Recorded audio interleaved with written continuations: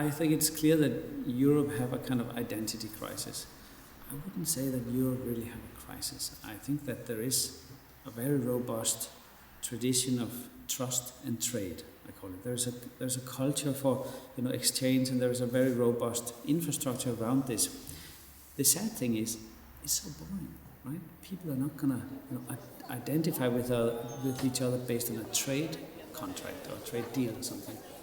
In the interest of trying not to kind of monopolize or colonize culture, the emotional narrative or the identification mechanistic was left out of the European protocol. Education, the general knowledge machinery was left in the hands of the locals. And I wouldn't say it's gone terribly wrong. It just means that there is no agenda, there's no protocol, there's no way of creating a stronger interdependence within Europe, which has a greater sense of emotional things. And of course, the big question is whether this should be like that, because we obviously don't want a top-down definition of how to organize the civic infrastructure and civic trust and all that. We want the civic trust to be bottom-up, clearly.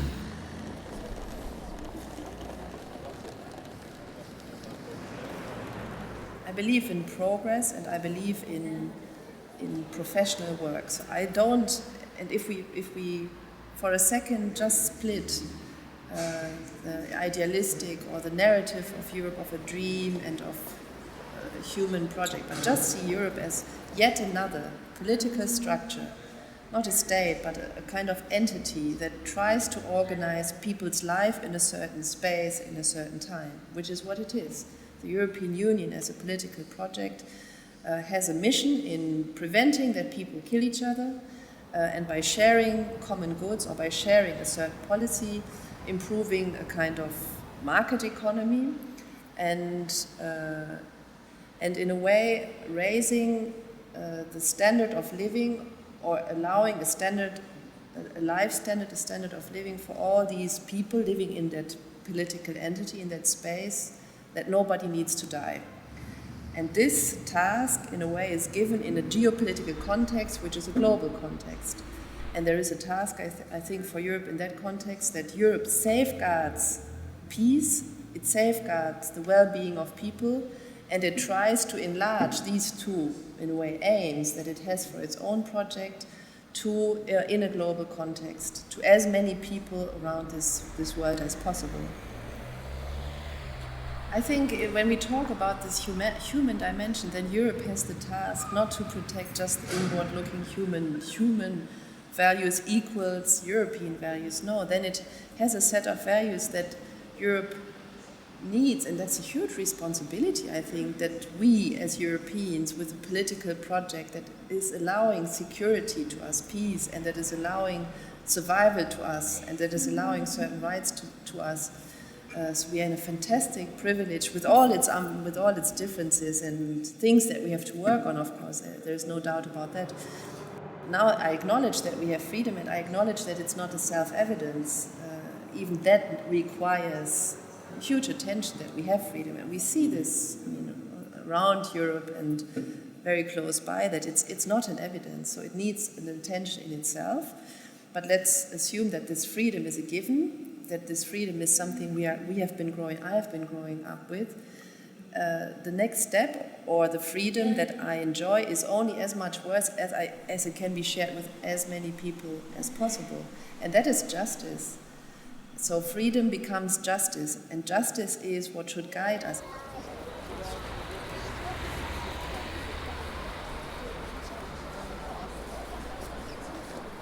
It's easy to, when you're feeling that you're not being represented, that the system has failed you, that they're all the same, it's easy to feel depressed and just say, it's easy to say, well, they're all the same and I'm not going to go to vote. That's a very common stance in Slovenia, where there's a big mistrust into politicians, into the system, as it is at the moment.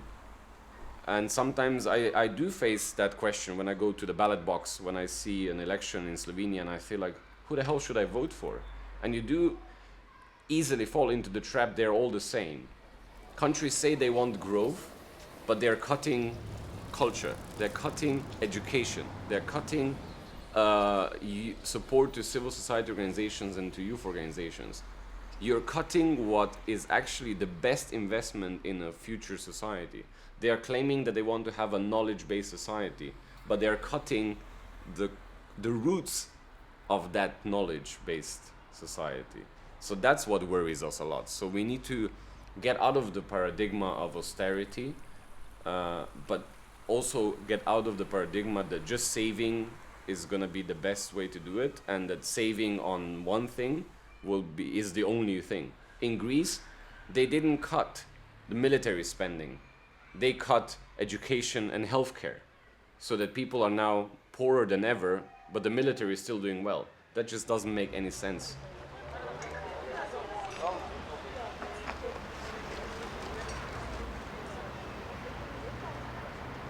Eu acho que tanto os jovens como eu acho que as pessoas em geral, eu acho que há um sentimento de alguma letargia, letárgico relativamente aos assuntos europeus. E eu acho que isso tem a ver com uma certa impotência que as pessoas e talvez os jovens sintam. Eu sinto que a sua participação não é suficientemente valorizada, ou eles sentem que não é suficientemente valorizada, e de qualquer forma é tão ínfima que depois as pessoas acabam por achar que de facto não têm em alguma medida os destinos da Europa nas suas mãos. E eu acho que é esse sentimento que deve ser alterado. Aliás, eu acho que foi bem paradigmático esta questão da crise económica, em que eu senti que os países do Sul, as pessoas dos países do Sul, sentiram de alguma forma que a Europa os estava a abandonar. Aliás, é curioso porque uma das razões porque eu quis participar neste Comitê Cultural foi precisamente porque percebi que era muito difícil fazer entender aos meus colegas da Europa do Norte aquilo que países como Portugal estavam a passar naquela altura. E repare, há narrativas como a narrativa dos pigs, e nós podemos ser frontais relativamente a isso, que são narrativas reais e que foram criadas dentro da Europa. Aquilo que me parece é que o projeto europeu é um projeto com enorme potencialidade e eu sou, de facto, europeia e quero ser, mas não é um projeto sem mácula e por isso é que virar as costas ao projeto ou ser indiferente a esse projeto é mesmo a pior das soluções.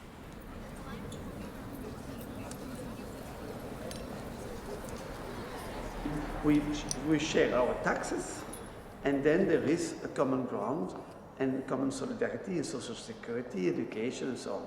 But the system has to work, and that's important that the politician gives again ethical values to that the system works, that the trains comes in time, that there is a public transport, there is good working hospitals, and that's also a very fundamental element of solidarity, and that's important also in the way of the labor, and not only the capital, and that's many, and that were all values of Europe against the American way of life and other continents. So we have it all. Can we keep it? I hope so. And can we keep it in a long-term vision? Yes, I hope so. And that's the element of the technocracy of Brussels. The technocracy of Brussels can do a lot. There are fantastic people in Brussels. Fantastic administration, and so there's a negative perception. Brussels is always a fault, but it's a problem of the leaders who come with a most too egoistic perspective to Brussels. The problem is that it's not so difficult. A commissioner coming to Brussels and needs to take his job here, it will be very difficult because it's very complex in each of the departments. But he needs, in the first place, to have the passion and the vision. If he has passion, if the Juncker Commission, there is coming out, because it's the Erasmus generation, and the chief of staffs will be around the 40s, if these guys do understand that they have to communicate again with the young generation. Juncker is not one of these direct best symbols of that young generation, but if in the back office a young generation can take a power, and that certainly the cultural institutions as actors, like the Casa de la Musica, all these large cultural institutions, that they do a bottom-up to give examples, and that will say that our institutions has to be again agoras of debate, but not only to tell, but also to act. Inside the university, inside the arts institutions, they have to act, each on its level.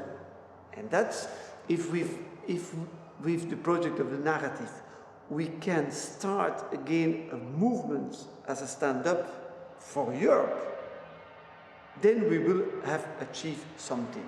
And so it will be by the micro projects and not only by the macro project.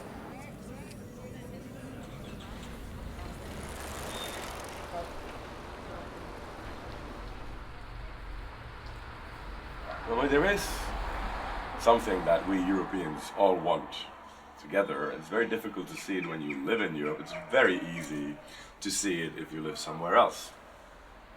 Anywhere.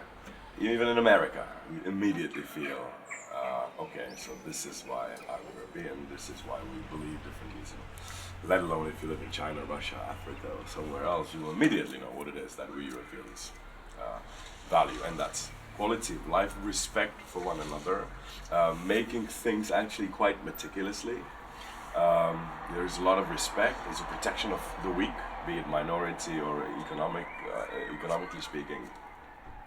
There is a huge belief, maybe even overrated belief in democracy, with which I am quite happy, but the negative side of that is people feel that European Union is not democratic enough, while it's in fact the most democratic structure we've ever had in Europe, and also possibly maybe with the exception of a couple of other countries, but otherwise it's one of the most democratic regimes in the world. You know, there aren't really any regimes that we can say, okay, fine, let's just copy that. No, this is why it's so difficult. The current system is in the state in which it is not sustainable. Not only for ecological reasons, with which I understand. My argumentation here is a little bit, I would say,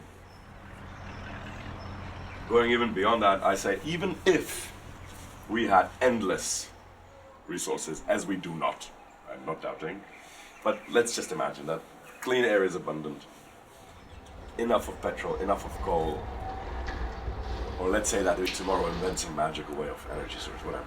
Even then the system is not sustainable. Why? Basically, I would say the biggest reason why the system is unsustainable is because it was built as a ship, built under the assumptions that favorable winds will always blow, and that's not a good ship. Of course, when you want to build a ship, you want to make sure that that ship can harvest the wind with the best possible, and that it can really make use of every single puff. But to build a ship that sinks the moment it starts raining, or the sun stops shining, the wind stops blowing, that's not a good ship. A lot of people like to be European, but they have this problem with European Union. So there's again, we need to distinguish here slightly, because people like, I think, very much the idea of being European. And the things that we don't like, we sort of can make fun about, and da-da-da-da-da-da. We're not so lenient when it comes to the European Union as a structure that enables sort of this idea of Europe that is not fighting with each other. The importance of our heritage, our history, about understanding, knowing about it, understanding it in the wider context is something that I very much hope that Europe and European Union will invest more attention in the future, in organizations like Europa Nostra and many other organizations active in that field on all levels, from the local level to the European level. I deeply believe that our culture, our cultural heritage is a huge resource that we have. Why I say resource? Because it is also source of inspiration. It is source of creativity.